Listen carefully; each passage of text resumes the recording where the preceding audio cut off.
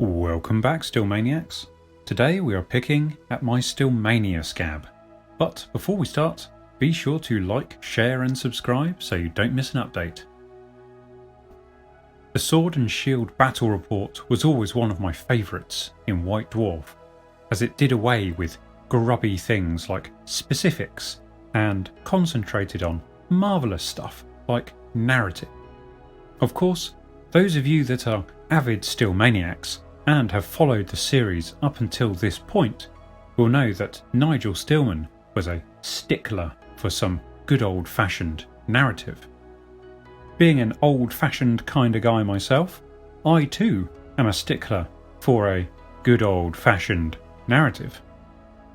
Now, early on in the proceedings, you have to bear with Rick, who is clearly out to win at all costs, strong-arming Thomas into building him an army, and then kitting it out to the gills with dirty magic items and tricky nonsense. But bear with it. I can only assume that the battle report was done in this way by Nigel begging for it to be conducted in this fashion, and rightly so, as this is the very essence of fantasy wargaming. I don't care who rolled a 1 for an armour save, or how many magic dice a tricky elf general managed to rustle up. I care about that towering knight being felled by a lucky goblin arrow, and how an elf mage's head exploded from too much prune juice. Now that's storytelling. In a similarly, probably not well remembered battle report from the day, a Skaven assassin lobs some kind of grenade at a steam tank and it ricochets off back at him. Ah, the good old days. Anyway, I'd better leave you to be getting on with this sterling attempt at something different. Prologue. With the release of the new Warhammer Magic and Warhammer Armies Bretonnia, we thought it was time to get the respective authors, Rick Priestley and Nigel Stillman, to fight a battle featuring both the new army and the new magic rules. To keep things fair, we decided to use the tournament battle scenario from the Warhammer Battle Book. This would limit magic items to a maximum of 50 points each, disallow wizards over level 3, and stop the players from fielding unridden monsters, amongst other things. The battle unfolded into a legendary conflict, and, as is only proper for such a battle, we choose to tell it in heroic style. The events are described from the point of view of an envoy from the Empire who was present at the time, observing the battle. It is up to the gentle readers to work out such things as when the dice were unkind to one of the players, or when the winds of magic blew strong. Mustering the Bretonnians by Nigel Stillman. I have a very idiosyncratic approach to choosing my armies these days. Some would say idiotic. I have developed some very strong views on what makes a good army, and I intend to stick to them, unless a long series of total defeats convinces me to change. But I am pretty obstinate. As I fight battles, I hone my doctrine to perfection with slight amendments here and there in the light of experience. I do not claim that my principles of the art of Warhammer are the best for everyone. They just reflect the way I like to fight. I chose the Bretonnian army for this battle according to these principles. Basically, they may be summarised as follows. Throw the most dice with the most model soldiers.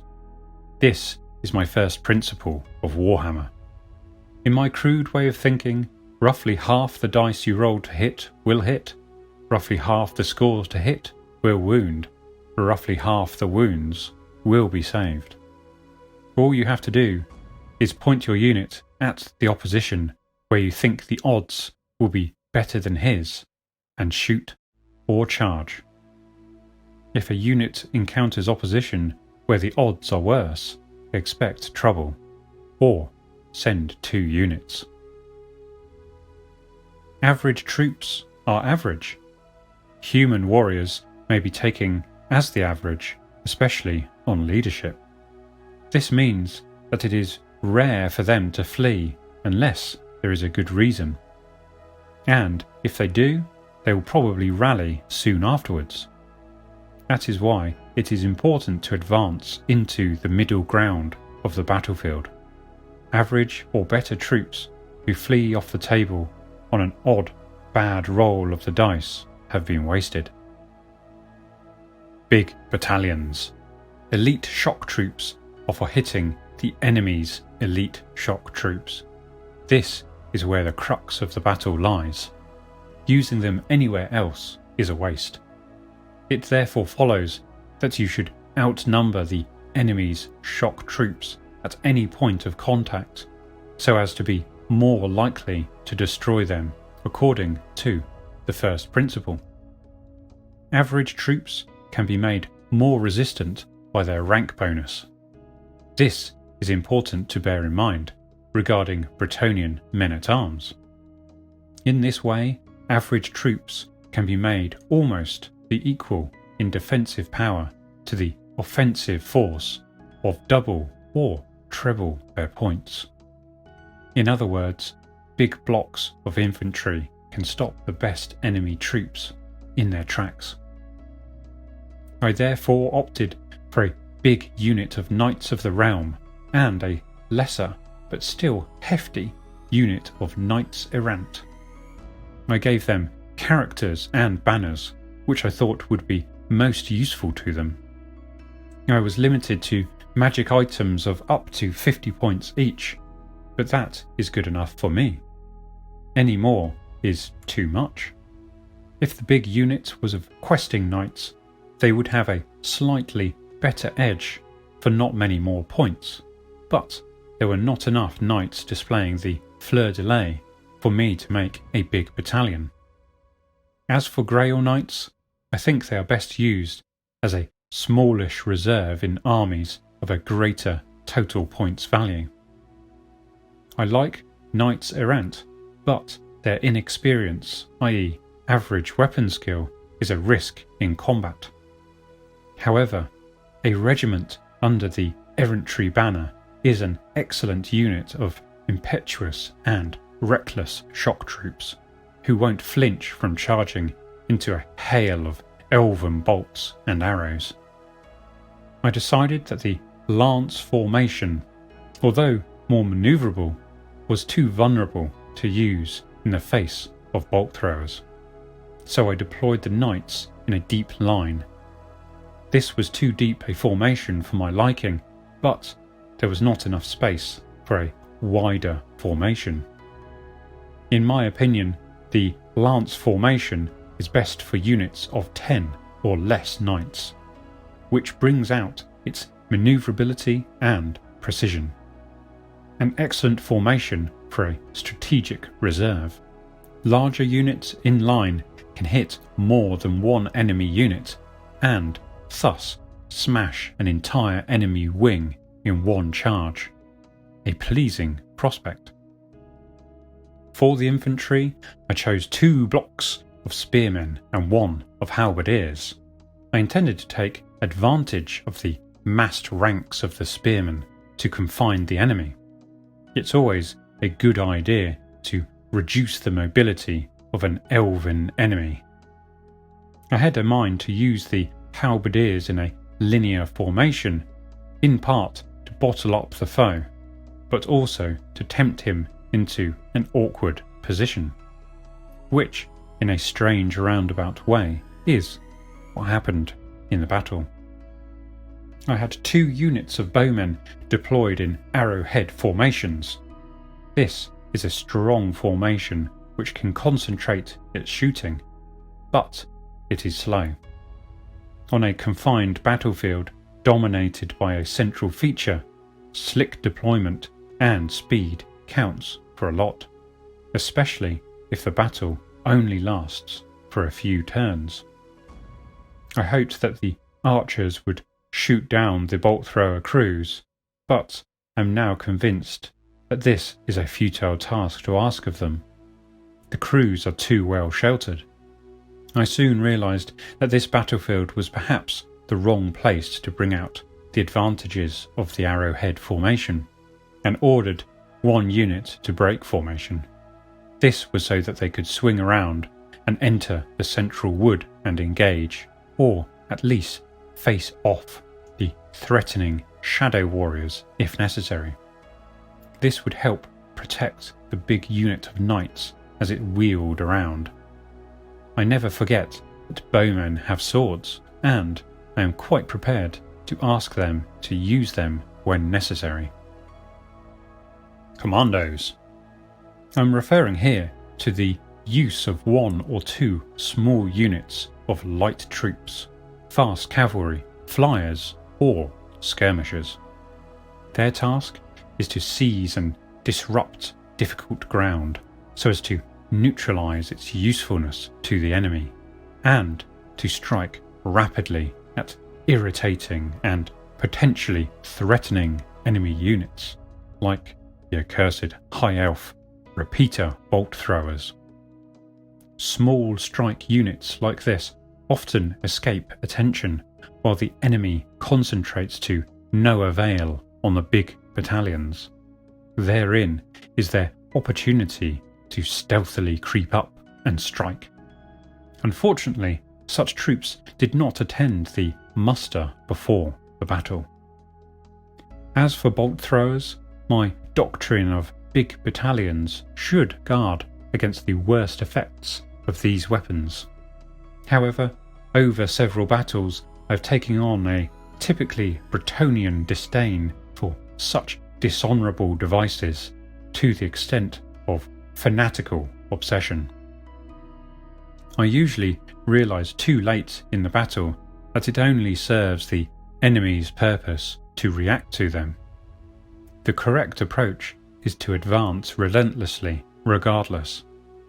It is all too easy to be torn between the desire to minimalise casualties amongst your best shot troops and the temptation to make the chastisement of 3 bolt throwers the objective of the battle. Unfortunately, in this battle, my discipline failed me and I succumbed. I would have liked to include a unit of mounted squires and a unit of foot squires in my Bretonnian army, but the models are not yet ready and painted. I think I would have used them instead of one unit of men-at-arms and one unit of bowmen. They would have proved especially useful given the nature of the terrain. They should be a regular feature of the army because you are quite likely to encounter threatening terrain features either on the flank or the centre of the enemy deployment zone. Such troops would provide me with the commandos that I require. Only a few well-chosen characters. I resist the prevailing view that you should include lots of characters and special characters.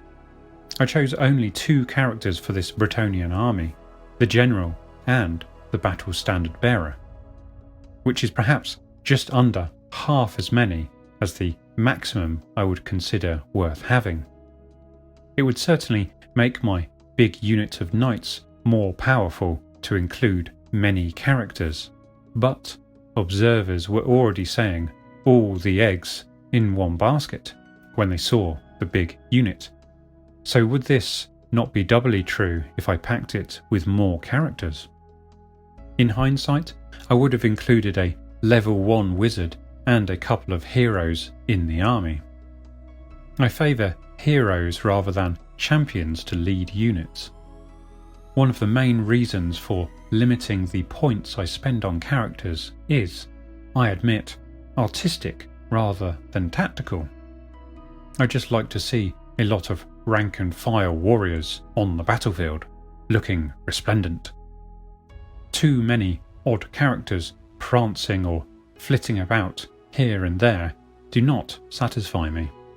Also, like gunfighters, they are vulnerable to whatever opposing character turns up, who is quicker on the draw with better magic items. Only a few well-chosen magic items.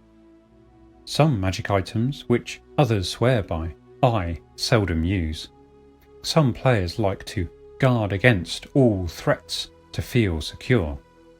I like to weigh up what the risks are and whether it is worth the points to counter them. Enemy magic often seems to me to turn out to be less of a threat than you might think. Wizards can cost a lot of points, especially if they have a lot of artifacts, but they only succeed in destroying a unit now and again. My doctrine of hitting fast with big units is a lot less at risk from hostile magic than if I invested in small units and lots of characters to do the same job. All in all, I think this is in the spirit of the Bretonnian army. Bretonnian knights rely on faith more than magic. Honour is more important than victory. Trickiness is not their style. Also, I like to limit myself to traditional Bretonnian magic items and those which the Bretonnians might have. Is this the virtue of purity? I take it as a personal challenge and a quest to be true to the spirit of my army and then to try and win with it, rather than giving in to what everybody tells me are the right tactics. They probably are right, but I don't care. It's honourable. I favour magic banners above all, because their magic protects and enhances an entire unit, which, of course, in my army is often a big unit. The magic banner protects the unit long enough for it to get to grips with the enemy, or makes it extra deadly when it does. Other players tend to put their faith in champions with magic weapons of various effect to make the unit do more damage in combat. This is an approach I shall explore, but I think the lower cost weapons in the hands of heroes will do the job well enough for me. It seems futile to create a potentially powerful character and then load on the points to protect him. Dare you commit him to battle? Often, when he is committed to the attack, he seeks the flank. Well, a small cheap unit of nippy troops can do that, perhaps led by a champion with a modest magic weapon. Have at you! Rick Priestley in retort. Having played quite a few games against Nigel and the Bretonnians, I know my glorious High Elves were in for a tough time. We'd already decided that the battle would be fought as tournament battle scenario, as described in the Warhammer Battle book, limiting both sides to 2,000 points with no special characters. Wizards limited to level 3 and magic items restricted to 50 points. Fortunately for me, ace High Elf player and stalwart White Dwarfer Thomas Pirinin was on hand to offer advice with choosing the army. Shamelessly taking advantage of Thomas's expertise, I found myself commanding a tiny but extremely well thought out force of High Elves. It's rare that I get to command an army that's geared to win. Normally my own armies are fielded complete with all the units painted because I happen to like the look of them, plus all my favourite magic items and as many of the machines and troops that I simply enjoy using. Yes, I'm a greenskin at heart, I have to admit. This was something different. A tournament battle is, by definition, first and foremost a tactical challenge, and with only 2,000 points to play with, an army must be tightly focused. I have to take my hat off to Thomas, who was cunning enough to provide an army that was both tactically very sound and also fun to play. the army breaks down into 3 parts: a core group of hard-hitting troops of the kind Jervis likes to call rock units, a small defensive unit based around my solitary wizard, and diversionary elements in the form of 2 repeater bolt throwers and a unit of shadow warriors. Rock and magic. The rock units are headed up by the general, christened Lord Aneur for the occasion. Sitting atop Swiftwing is trusty Pegasus, and tooled up to inflict the maximum amount of destruction on the nasty old Bretonnian knights that I knew Nigel would field in abundance. With the Dragon Blade Lance, hits automatically and +2 strength, and Strength Potion +3 strength once, I could count on Aneur inflicting his full quota of 4 wounds on any unit he charged. To make him a bit more durable, he wore the Golden Crown of Atrazar. This is a slightly modernised version of the original Golden Helm of Atrazar, offering a 3+ save unmodified by strength, although with a chance of becoming exhausted with its use. Magic items which offer unmodified saves are now grouped together as wards, as described in Warhammer Magic. Backing up the valiant Lord Aneur were the Silver Helms, who included a standard bearer with the Banner of Might, +1 to hit, and were led by a hero called Sadrian, whose offensive capabilities were augmented by a Gromril blade, doubtlessly taken in just recompense for some heinous misdeed of the barbarous dwarfs during the War of the Beard. This item cancels the enemy's armour save and should prove useful against those knights. With 8 models in total, the unit was set up for a rank bonus, standard bonus, and +1 to hit on all fighters, including the hero, who also ignores saves, all of which amounts to a hard-charging, combat-winning rock unit. Last of my big 3 is the relatively modest Tyrannoc Chariot. Although tremendously vulnerable to bow fire and almost completely useless if charged, the chariot is capable of delivering a shattering hammer blow when it charges. D6 +2 automatic impact hits at strength 7 should take care of even the hardest Bretonnian knights. Take that, you tin men. My 3 rock units pretty much establish the tactic for this game, namely charge, charge, charge. If I can get all 3 units charging together against the Bretonnians' hardest unit, I think I can win the game in a single combat. With any luck, the Bretonnians will lose their biggest and best unit of knights with no loss to me, and with only 4 turns to play, that should be enough to ensure victory. Defensive block. The second element to the army is a unit of 16 Phoenix Guard, led by a hero, Menethor. These will sit at the back and make sure nothing gets behind the army, while simultaneously providing shelter for my wizard, Irion. These will be deployed 4 deep across a minimum frontage, with a Banner of Defiance double rank bonus. They should be able to make a decent stand even against charging knights, though it'll be touch and go against a well-led unit in lance formation. With standard and rank bonuses, I start with a combat result of +7. Menethor has the Bow of Lauren, 3 shots per turn and strength 4, to irritate and hopefully wear away at enemy in range, and the Crown of Command.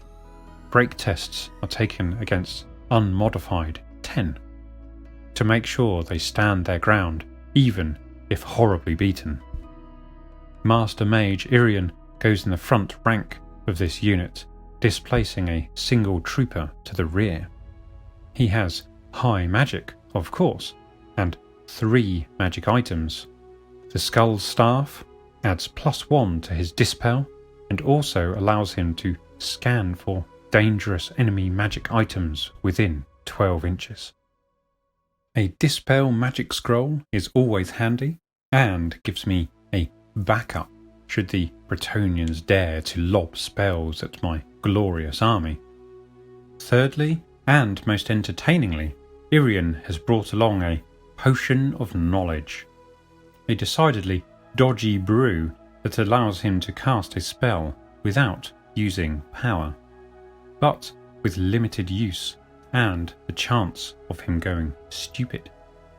I have high hopes for Irian, no pun intended, honest, as high mages now count as superior to all other wizards when casting, and high magic spells remain amongst the most dangerous magic. Diversion.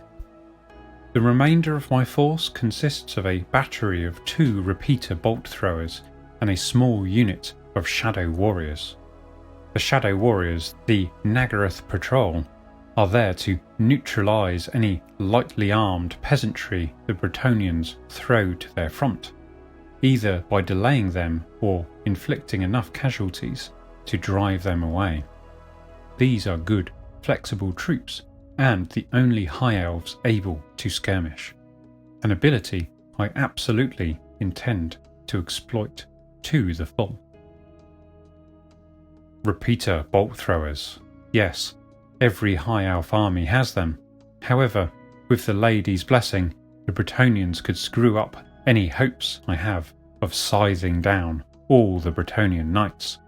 So their main purpose is to sit at the back and look menacing.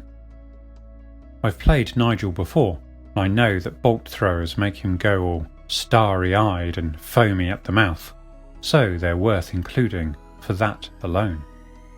More importantly, any damage they do will contribute towards overall victory. At 50 points each, they're as cheap as chips too. Nigel's huge army was going to have a hard job manoeuvring into position against my left flank, bearing in mind we were playing only 4 turns, standard in a tournament battle. I felt I could largely ignore my left flank, harassing the knights with bolt throwers and magic when I got the chance. I don't know why Nigel chose to deploy his knights in a single huge unit, but it was certainly going to make it hard to win decisively. I simply could not get near them because of the distance and all the infantry in the way.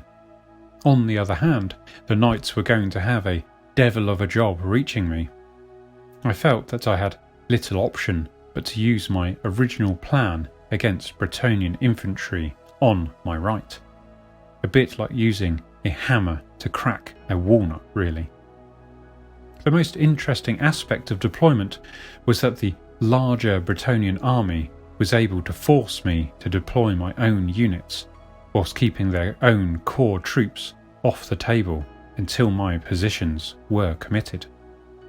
The hill provided the ideal spot for my repeater bolt throwers, with line of sight over the entire battlefield. The wood was always going to split the battle, so I deployed the Shadow Warriors in a position to take and hold the wood in the first turn. The chariot and silver helms had to go together, and, in the end, I plumbed for my right flank, where Nigel had left a good-sized gap, which I assumed he'd deploy his knights into. When Nigel deployed his knights behind his infantry on the opposite flank, I knew I'd have to rethink my original plan. So the plan: Shadow Warriors take the wood and stall the enemy advance by stopping the Bretonnians marching. Bolt throwers, magic, and Menethol with the Bow of Lauren will cause as many casualties as possible and provide support where they can. The rock units will strike all at once, break the Bretonnian infantry to the front, and hopefully sweep away the troops nearby. That just about wraps up the 6th of the Stillmania articles. With it in mind, I encourage you to take some of this valuable knowledge into your own wargaming. Join me next time for some more wargaming content. Thanks very much for watching. Peace.